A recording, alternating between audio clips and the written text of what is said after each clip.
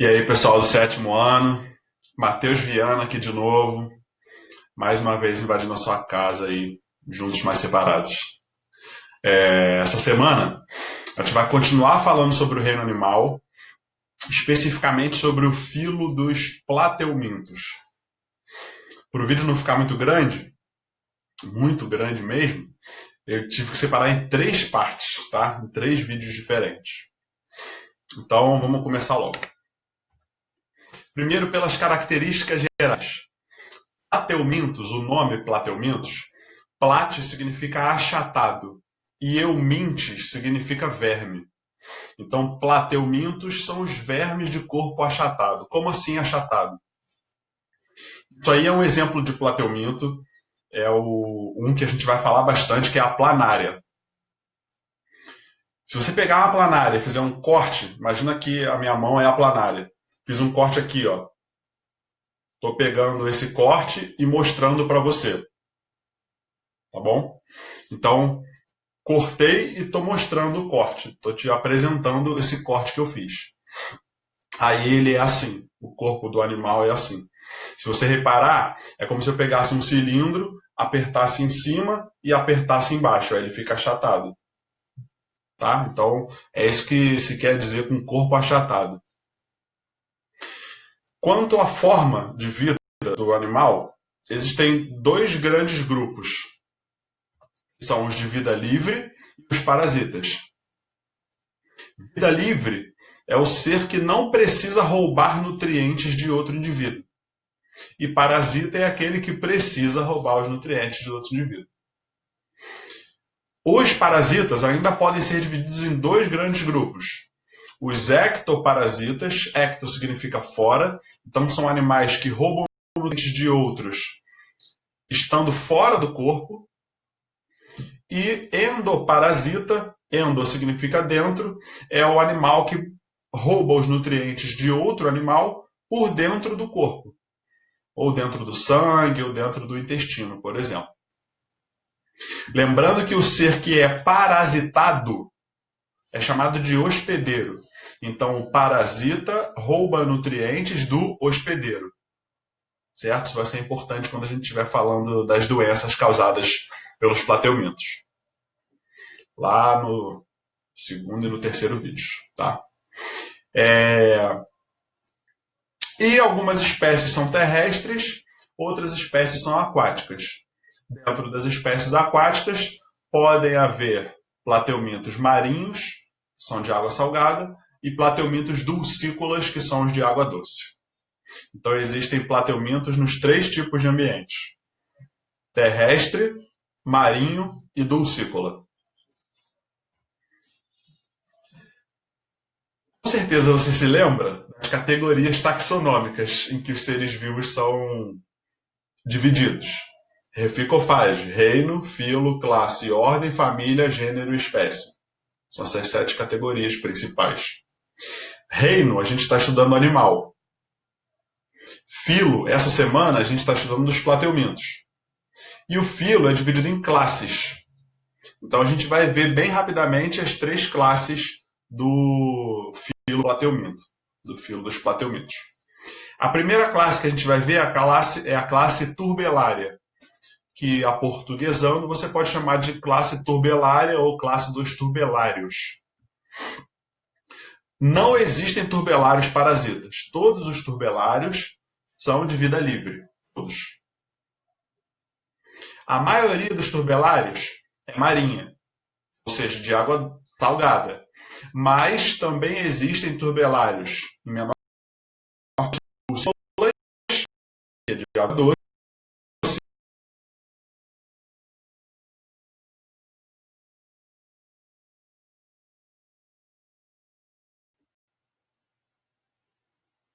Essa é a planária. A gente vai ver várias imagens da planária ainda ao longo dessa semana, tá bom? Segunda classe que a gente vai ver aqui é a classe trematoda, que você pode falar portuguesando, classe dos trematódios. Todos os trematódios são parasitas. Exatamente o oposto do que acontece com os turbelários. Então, os trematóides são parasitas. Uma característica bem marcante deles é que eles costumam ter ventosas para se fixar no hospedeiro, para se fixar no indivíduo do qual eles roubam os nutrientes. Ventosa, tipo, imagina aqui a estrutura do hospedeiro e a ventosa do trematóide aqui. Ele bota a ventosa assim e dá uma colada nessa ventosa. É tipo aquilo que você usa para prender, para pendurar coisas. Você tem um vidro, aí você tem uma pecinha de borracha e cola assim, sabe? Para pendurar alguma coisa. É a mesma coisa. A ventosa é uma estrutura que tira o ar dentro e mantém isso colado em determinada estrutura, certo? Então, é uma característica bem marcante dos trematóides. E o exemplo dos trematóides é o esquistossoma. Você pode nunca ter ouvido falar, mas tem uma doença muito importante que é causada por esse verme. Então, a gente vai falar bastante de esquistossoma também. E a última classe, a terceira classe que a gente vai ver é a classe cestoda, que aportuguesando é chamada de classe dos cestódios. Todos os cestódios não só são parasitas, como são endoparasitas. Ou seja, vivem dentro do hospedeiro, roubando o nutriente deles. E uma característica muito marcante dessa classe é que eles não têm sistema digestório. É uma especialização muito grande em roubar nutrientes dos outros. Eles não digerem os próprios nutrientes. Eles roubam já digeridos. Os nutrientes já digeridos. O exemplo de cestódio é a tênia, que também é chamada de solitária. Caso você nunca tenha ouvido falar em tênia, provavelmente você já ouviu falar em solitária. A gente vai ver a explicação para o fato de elas serem chamadas de solitárias quando a gente estiver falando das verminoses, das doenças causadas pelos vermes. Organização corporal, a gente vai ver a organização corporal das planárias, especificamente. Porque a organização corporal das outras classes, a gente vai ver um pouquinho melhor quando a gente estiver falando das doenças causadas por esses outros animais. Elas não são parasitas, elas são de vida livre. Então a gente vai focar na organização corporal das planárias aqui, certo? O revestimento externo é feito pela epiderme, assim como acontece com a gente. Não que a pele dela seja igual à nossa, tá? Mas a gente também tem uma camada que reveste a gente por fora, chamada epiderme. Então, quando você olha para uma planária, você está olhando para a epiderme dela. Se você encosta numa planária, você está encostando na epiderme dela. Essa epiderme tem umas células que produzem um muco, uma substância gosmenta, que facilita o deslocamento, facilita a locomoção das planárias terrestres. Certo? Elas vão deslizando por esse muco que a epiderme delas produz. Além do muco, existem também células ciliadas nesses animais, na parte ventral deles, não na parte dorsal, não nas costas, na parte ventral, na barriga do animal. Certo? Essas células ventrais, essas células epidérmicas ventrais, aqui, ó, elas têm cílios, tá vendo? Uns fiozinhos aqui, ó, que não existem na parte dorsal, não existem nas costas do animal. Esses cílios são movimentados para facilitar o deslizamento sobre o muco. Então, além do muco, que ajuda a deslizar no ambiente, os cílios em movimento ajudam nesse deslizamento sobre o muco. O corpo das planárias é maciço. Caso você não saiba, maciço é o oposto de oco. Então, o corpo das planárias é preenchido. Ele não tem espaços. O corpo humano, por exemplo, se você abrir a barriga de alguém, enfim, se você já viu alguma cena de cirurgia, por exemplo, você vê um espaço onde ficam os intestinos, por exemplo. É um espaço. A barriga é oca, entre aspas. Só tem o intestino ocupando aquele espaço. Nas planárias, isso não acontece. O corpo é maciço, ele é preenchido, principalmente por células musculares. Mas existem vários outros tipos de células. Se você olhar nessa imagem aí, ó, aquele mesmo corte que eu fiz lá no início, isso aqui é um buraco, que é a parte digestiva do animal, por onde os nutrientes passam, mas fora esse buraco aqui é tudo preenchido, ó. É tudo cheio, tudo maciço. E aqui são os músculos, ó, essas linhas vermelhas aqui são células musculares. Mas você vê que existem vários outros tipos de células aqui, preenchendo o corpo do animal. Uma dessas células, ou um desses conjuntos de células, um tecido desses, é o mesênquima. O mesênquima ele tem duas funções muito importantes que se complementam. As células mesenquimais, as células do mesênquima, são capazes de se reproduzir muito rapidamente, conseguem se multiplicar muito, e elas conseguem se diferenciar, se transformar em outros tipos de células. É bem parecido com o que a gente viu lá nos poríferos, que você com certeza se lembra, que são os amebócitos lá dos poríferos. Aqui nos plateumintos, esse tecido, esse conjunto de células se chama mesênquima, que consegue tanto gerar novas células, como fazer essas novas células se transformarem em outros tipos de células. E o sistema digestório das planárias é incompleto. O que significa isso? Só tem uma comunicação com o meio externo, um buraco chamado boca. Quando o sistema digestório só tem uma comunicação com o meio externo, a gente chama de sistema digestório incompleto. Quando só a boca faz o contato entre o sistema digestório e o ambiente. O tubo digestivo das planárias é chamado de cavidade gastrovascular. Se você se lembra, com certeza você se lembra, é o mesmo nome dado para a cavidade dos quinidários, as águas-vivas, os corais, cavidade gastrovascular. Então existe uma semelhança quanto às funções dessa cavidade. Primeiro, eu queria que você reparasse que é muito ramificada, tem várias projeções. Essa parte marrom na imagem aqui, ó. Então tem uma projeção para frente, tem duas projeções para trás do corpo do animal, e cada uma dessas grandes projeções tem várias projeçõezinhas menores lateralmente. Ela é muito ramificada, a cavidade gastrovascular das planárias. E olha o nome, gastrovascular, assim como acontecia nos quinidários. Gastro, porque tem a ver com digestão. A cavidade gastrovascular das planárias recebe alimentos em processo de digestão. E vascular tem relação com vasos. Esses animais não têm vasos sanguíneos.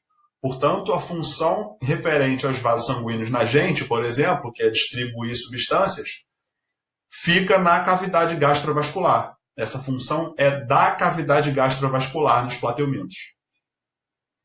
Distribuir substâncias, distribuir esses nutrientes digeridos. A faringe das planárias é o primeiro órgão depois da boca. Então, tem a boca do animal, para dentro, aqui é a parte de fora, o ambiente, e para cá é a parte de dentro do animal. Tem um tubo logo depois da boca que se chama faringe.